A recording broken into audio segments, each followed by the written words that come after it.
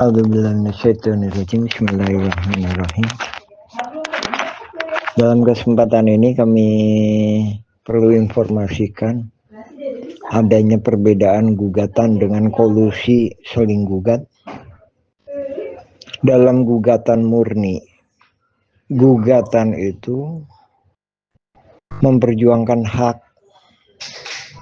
Pihak penggugat merasa adalah haknya yang pantas untuk diperjuangkan. Sisi lain, pihak tergugat merasa bahwa ada haknya yang pantas untuk diperjuangkan. Insya Allah ini keduanya dalam kaidah hukum negara Republik Indonesia maupun dalam kaidah hukum agama Islam, insya Allah dibenarkan bila mana jujur. Jadi dengan berdoa bismillah, insya Allah menjadi amal-amal ibadah yang diterima oleh Subhanahu wa Ta'ala. Itu gugatan. Namun dalam kasus Dagolos ada wacana yang lainnya yang kita periksa, kita telah sejak lama. Bukan gugatan, namun kolusi saling gugat. Dari sini baik dalam hukum Islam maupun dalam hukum negara Republik Indonesia ini nggak bisa dipertanggungjawabkan karena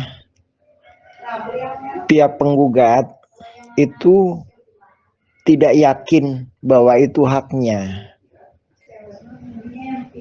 Kemudian dia bekerja sama dengan pihak tergugat untuk membantunya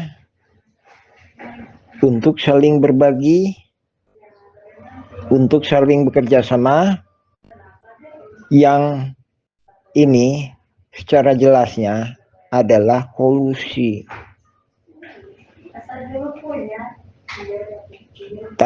Jelas sangat beda. Kalau gugatan memperjuangkan hak, kalau kolusi saling gugat, pihak tergugat maupun penggugat sendiri itu nggak yakin bahwa itu haknya. Agar meyakinkan pihak lain, mereka berkolusi, mereka membuat skenario-skenario. Dalam kasus Dagolos yang kami pahami, yang kami teliti, ini skenario-skenario ini pengkondisian sebelum gugatan itu udah lama terjadi. Pertama, dengan menyalahgunakan. Bismillahirrahmanirrahim. Ini kita coba apa sih yang sebenarnya terjadi dalam sengketa Tanah Dago. Yang digugat 6,9 3 buah gendom. Mulai dari sini ya.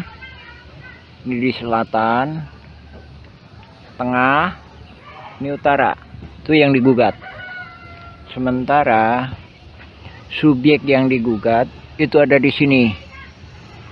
Sementara yang di tengah itu udah dikondisikan, dimanipulasi. Jadi kampung Cirapuan dirubah jadi Dagolos. Ya lebih kurang sekitar 2 hektar. Sedangkan di sini itu subjeknya nggak digugat, namun objeknya digugat. Manipulasi ini dengan tujuan kamuflase, biar nggak tampak ini kolusi saling gugat. Yang tampak adalah gugatan murni. Beda gugatan murni dengan kolusi mafia tanah saling gugat itu apa? Kalau gugatan murni, penggugat memperjuangkan hak, tergugat pun memperjuangkan hak. Tapi kalau kolusi, penggugat nggak yakin bahwa itu haknya, sementara tergugat pun nggak yakin itu haknya, sehingga penggugat dan tergugat itu berkolusi untuk saling kerjasama. Nah, kerjasamanya, ini tadi yang digelapkan. Terus korelasinya lagi, lainnya lagi, buktinya lagi apa? Ada BBB 15.000 meter. Nah, itu yang digelapkan. Nah, itu laporan PBB itu hilang tahun 2016. Berganti ke Dedi M. Saad. Nah, itu yang nggak muncul. Nah, itulah bila mana pihak tergugat menang, itu bisa jadi kolusi antara pihak penggugat sama tergugat, bisa bagi-bagi. Sementara kalau penggugat menang dapat segini banyak, ya kan? Ini yang digugat 6,9 hektar, sementara tergugat itu mempertahankan juga sama dengan hak Egendom Buraminten 6,9 hektar terdiri dari 4 buah, sementara gugatan Muller itu cuma 6,3 terdiri dari 3 Egendom Verponding. Nah, makanya banyak pihak yang nggak berani untuk dilakukan penyelidikan lebih lanjut.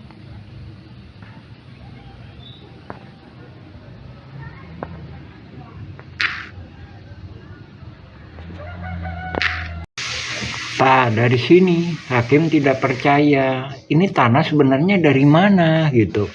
Katanya dari ini, kemudian katanya dari ini, dari bapak, katanya dari ini, kemudian sebelumnya katanya dari ini. Nah, dari sini menimbulkan hakim tidak percaya yang benar tanahnya dari mana. Kalau udah dari sini ya udah dari sini. Kenapa katanya dari bapak? Nah, kalau udah dari bapak ya udah, kenapa pakai dari Yayasan EMA? Kalau udah dari Yayasan EMA, kenapa pakai kesepakatan dengan Buraminten? Nah, dari sini menimbulkan rasa tidak percaya sama hakim. Nah, ini udah diskenariokan dengan kata lain, tujuannya yang memang berpeluang pihak luar menang supaya dapat lahan yang lebih luas, yaitu 6 hektar lebih. Kalau pihak dalam menang atau pihak warga menang, cuma jaringan ini cuma dapat sekitar 1 hektar. Yusrat Kesepakatan tahun 19 Bertrobju, Samar 1909 di Kampung Cirapuhan Dago sangat penting. Pada tahun 1997, luas Dago Elos di Egendom 3740 dan 3741 adalah 5/940 meter persegi. Lokasinya di belakang terminal Dago dan sebelah timur kantor RW 02 serta kantor pos. Surat ini ditandatangani oleh Asep Makmun, Zainal Abidin, dan Chalimi sebagai ketua RT RW. Namun, pada tahun 1999, Asep Makmun secara sepihak mengubah luas garapannya menjadi 100 meter persegi, dengan menyerobot garapan warga pribumi dan fasilitas umum. Perubahan ini ditandatangani oleh ketiga orang tersebut, ditambah Dedi, Alosana, dan Usutrisno sebagai ketua RT RW 01 Kampung Cirapuhan. Setelahnya garapan di Dikoswara sekitar 1.000 hingga 2.000 meter persegi juga dioper dan diwariskan. Egendome 3742 dan Egendome 64487 ada di Kampung Cirapuhan RW 101, bukan Dago Elos RW 02. Dan PBB sebesar 1.000 atas nama Didi Koswara bermasalah baik luas dan wilayah diganti oleh jaringan mafia. Muhammad B. Yaman menyebut situasi ini sebagai krisis kepemimpinan.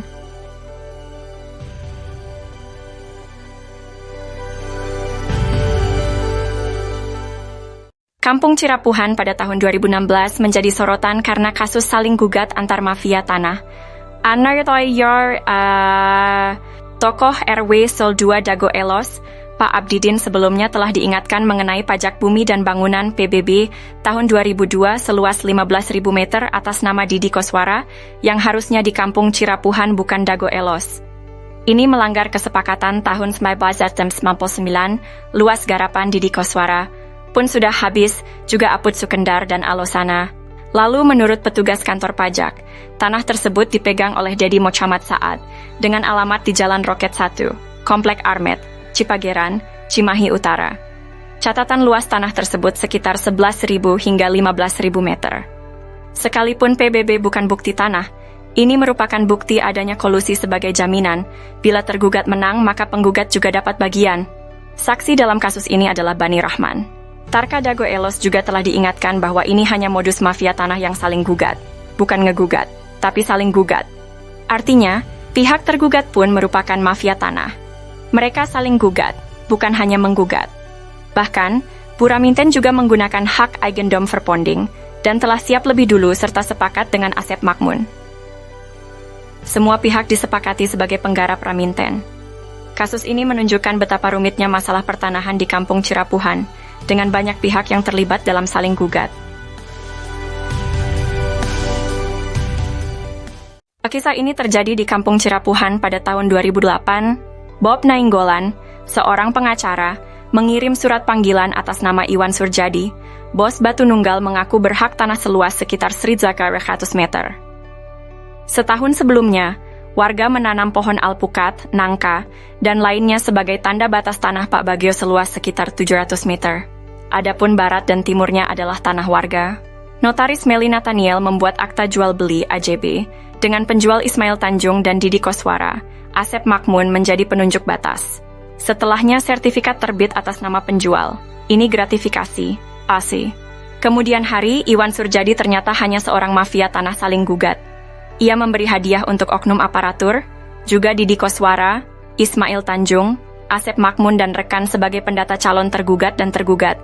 Sertifikat tanah atas nama penjual muncul setelah AJB dibuat.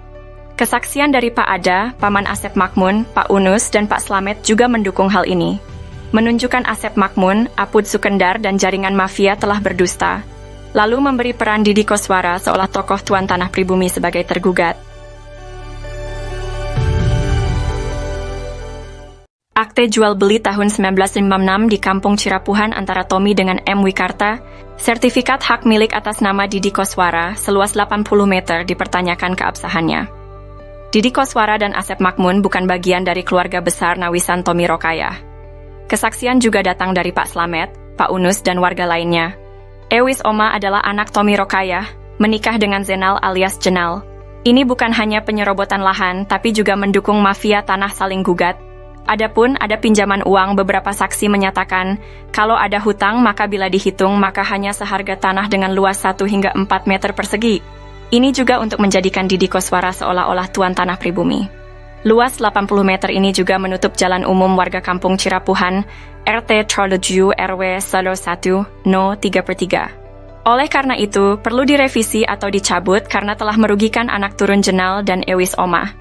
Ini juga membuktikan praktek mafia tanah sudah ada sebelum mafia tanah saling gugat. Bukan ngegugat, tapi saling gugat. Mafia tanah Dago ini beraksi sekitar tahun 1984.